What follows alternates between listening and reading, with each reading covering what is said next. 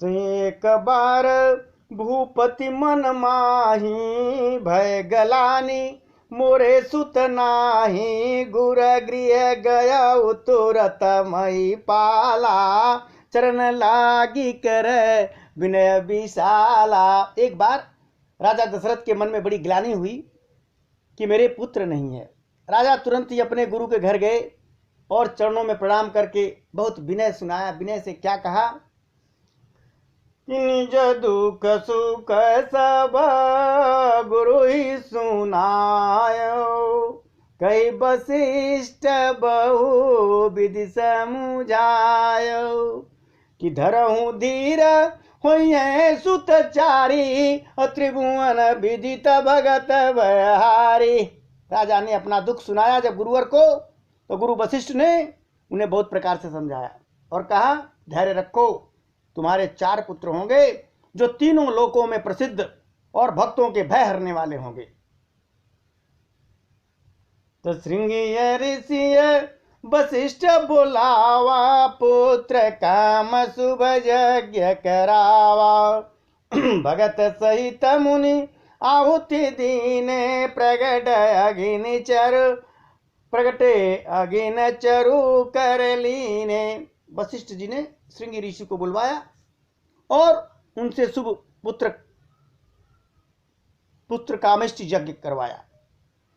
मुनि के भक्ति सहित आहुतियां देने पर अग्निदेव हाथ में हविन्यास खीर जो लिए हुए प्रकट हो गए। हविष्यान खीर जो है, जो आहुति दी थी, उसमें से अग्निदेव साक्षात लिए हुए प्रकट हुए। तो जो वशिष्ठ कछुरी दया विचारा, सकल काज भासी द तुम्हारा। यह भी बांट देव निप जाई, जथा जो गजई भाग बनाई। तब राजा दशरथ से बोले अग्निदेव कि वशिष्ठ ने हृदय में जो कुछ विचारा था, तुम्हारा वह सब काम सिद्ध हो गया। हे राजन, अब तुम जाकर इस पायस को, इस खीर को, जिसकी को जैसा उचित हो वैसा भाग बना करके बांट दो अपनी पत्नियों को। तब अदृश्य भय पावक, सकल सब ही समुझाए। परमानंद मगन रिप हरसन हृदय समाय। तदंतर अग्निदेव सारी सभा को समझाकर अंतर्धान हो गए। राजा परम आनंद से मग्न हो गए और उनके हृदय में हर्ष समा नहीं रहा था। तुरंत उन्होंने अपनी पत्नियों को बुलाया। अरे तब ही राय प्रिय नारी बोलाई, कौशल्या दीता हाँ चली आई। अर्ध भाग कौशल्य ही दीना, उभय भागया दे कर लीना। उसी समय राजा ने अपनी प्यारी पत्नियों को बुलाया। कौशल्या आदि सब रानियां वहां चली आईं। राजा ने उस पायस का आधा भाग कौशल्या को दिया और शेष आधे का 2 भाग कर दिया। नृप सोदयऊ रहऊ, सो उभय भाग पुनि भयऊ। कौशल्या के हाथ धरे, दिन सुमित्र ही मन प्रसन्न करी। और उनमें से 1 भाग राजा ने कैकेयी को दिया। शेष जो बच गया फिर उसके 2 भाग कर दिए और राजा ने उसको कौशल्या और कैकेयी के हाथ पर रखा और इस प्रकार उनका मन प्रसन्न करके सुमित्रा को दिया। विधि गर्भ सहित सब नारी, भैयरी दया हरसित सुख भारी। तो जा दिन ते हरि गर्भ ही आए, सकल लोक सुख संपत्ति छाए। इस प्रकार सब स्त्रियां गर्भवती हो गई। वे हृदय में बहुत हर्षित हुई, उन्हें बड़ा सुख मिला। जिस दिन से श्री हरि गर्भ में आए, सब लोकों में सुख और संपत्ति छा गई। अरे मंदिर माँ सब राज ही रानी, शोभाशील तेज की खानी, तो सुख जूत कचुक काल चली गयऊ, अजय प्रभु प्रगट सो अवसर भयऊ। कै शोभाशील और तेज की खान बनी हुई सब रानियां महल में सुशोभित हुई। इस प्रकार कुछ समय सुखपूर्वक बीता और वह अवसर आ गया जिसमें प्रभु को प्रकट होना था। तो जोग लगन गर बारती थे, सकल भय अनुकूल, चरर चुर सजुत राम जन्म सुख मूल। योग लग्न ग्रह वार और तिथि सभी अनुकूल हो गए, जड़ और चेतन सब हर्ष से भर गए, क्योंकि श्री राम जी के जन्म का सुख मूल है। भगवान के जन्म का सुख का मूल है, ये सब एकदम हर्षित। अरे नवमी तिथि मधुमास पुनीता, शुक्ल पक्ष अभिजित हरि प्रीता, मध्य दिवस अति शीतन घामा, पावन काल लोक विश्रामा, शीतल मंद सुर विबाऊ, हर्षित सुर संतन मन चाऊ, मन कुसमित गिर गण मनियारा, श्रवई सकल सरितामृत धारा। पवित्र चैत्र का महीना था, नवमी तिथि थी, शुक्ल पक्ष और भगवान का प्रिय अभिजित मुहूर्त था। दोपहर का समय था, न बहुत सर्दी थी न धूप थी। वह पवित्र समय सब लोगों में शांति देने वाला था। शीतल मंद और सुगंधित पवन बह रहे थे, देवता हर्षित थे और संतों के मन में बड़ा ही चाव था। वन फूले हुए थे, पर्वतों के समूह मणियों से जगमगा रहे थे और सारी नदियां अमृत की धारा बह रही थी।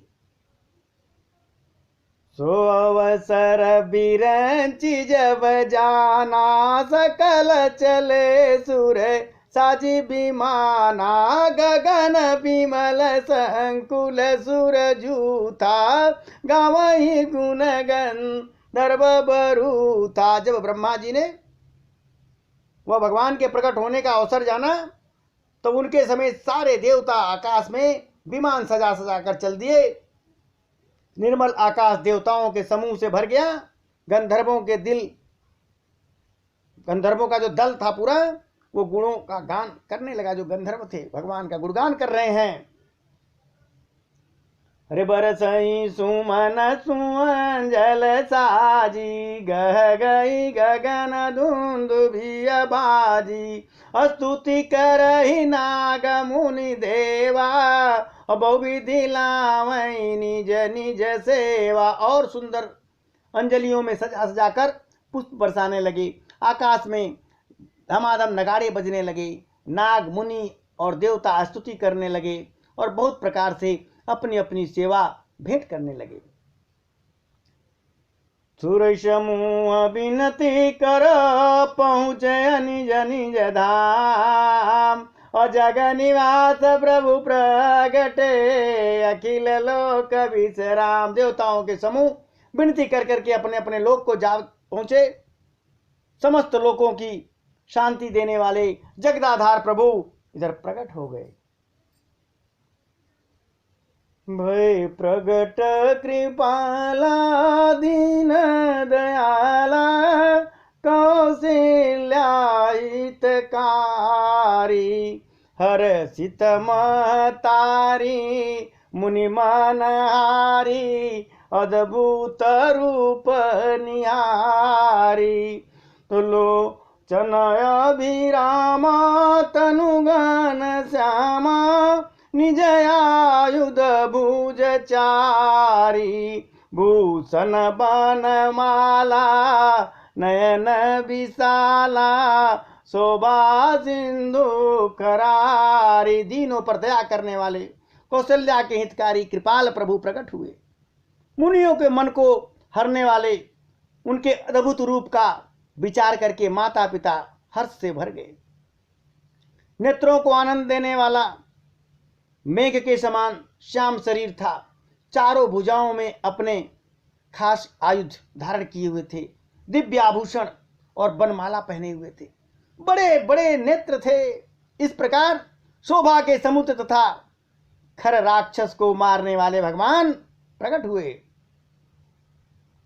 कह दुय कर जोरी स्तुति तोरी, कई विधि करऊं अनंता, माया गुण ज्ञाना तीतय माना, वेद पुराण बनंता। तो करुणा सुख सागर सब गुण, आगर जय गावै श्रुति संता। सो मम हित लागी जन अनुरागी, प्रकट भयउ श्रीकंता। दोनों हाथ जोड़कर माता कहने लगी, हे अनंत, मैं किस प्रकार तुम्हारी स्तुति करूं। वेद और पुराण तुमको माया गुण और ज्ञान से परे और परिणाम रहित बतलाते हैं। श्रुतियां और संत जन दया और सुख का समुद्र कहते हैं। सब गुणों का धाम कहकर जिनका गान किया जाता है, वही भक्तों पर प्रेम करने वाले लक्ष्मीपति भगवान मेरे कल्याण के लिए प्रकट हुए हैं।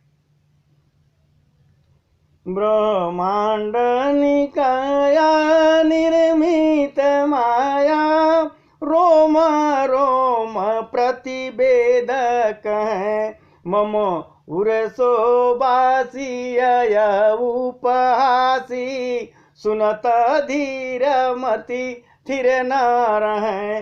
उपजा जब ज्ञान प्रभु मुस्काना, चरित बहुत विध कीन चहे। कही कथा सुहाई मातो बुझाई, जही प्रकार सुत प्रेम लहे। वेद कहते हैं कि तुम्हारे प्रत्येक रोम रोम में माया के रचे हुए अनेकों ब्रह्मांड के समूह भरे हैं। वे तुम मेरी गर्भ में रहे। इस हंसी की बात के सुनने पर जो विवेकी आदमी है, धीर पुरुषों की बुद्धि भी स्थिर नहीं रह सकती, विचलित हो जाएगी। जब माता को ज्ञान उत्पन्न हुआ तो प्रभु मुस्कुराए। वे बहुत प्रकार से के चरित्र करना चाहते हैं, अतः उन्होंने पूर्व जन्म की सुंदर कथा कहकर माता को समझाया, जिससे उन्हें पुत्र का वात्सल्य प्रेम प्राप्त हो, भगवान के प्रति पुत्र भाव हो जाए। माता पुनि बोली सोमति डोली, तजऊ तातय रूपा। की जय शिशुलीला अति प्रिय शीला, या सुख परमय अनुपा। सुन बचन सुजाना रोदन ठाना, होई बालक सुरभूपा। यह चरित जे गावई हरिपद पावई, तेन परई भवकूपा। माता की वह बुद्धि बदल गई। तब वह फिर बोली, हे तात, यह रूप छोड़कर अत्यंत प्रिय बाल लीला करो, मेरे लिए यह सुख परम अनुपम होगा। माता का यह वचन सुनकर देवताओं के स्वामी सुजान भगवान ने बालक रूप होकर के रोना शुरू कर दिया। तुलसीदास जी कहते हैं, जो इस चरित्र का गान करते हैं वे श्री हरि का पद पाते हैं और फिर संसार रूपी कूप में नहीं गिरते। तभी प्रदेन सुर संतहित लीन मनुजयावतार, अनिज इच्छा निर्मित तनु माया गुण गोपार। ब्राह्मण, गौ, देवता और संतों के लिए भगवान ने मनुष्य का अवतार लिया। वे अज्ञानमयी मलिना माया और उनके गुण सत्वगुण, रजोगुण और तमोगुण और बाहरी तथा भीतरी इंद्रियों से परे हैं। उनका दिव्य शरीर अपनी इच्छा से ही बना है। किसी कर्म बंधन से परवश होकर त्रिगुणात्मक भौतिक पदार्थों के द्वारा नहीं बना भगवान का जो शरीर है।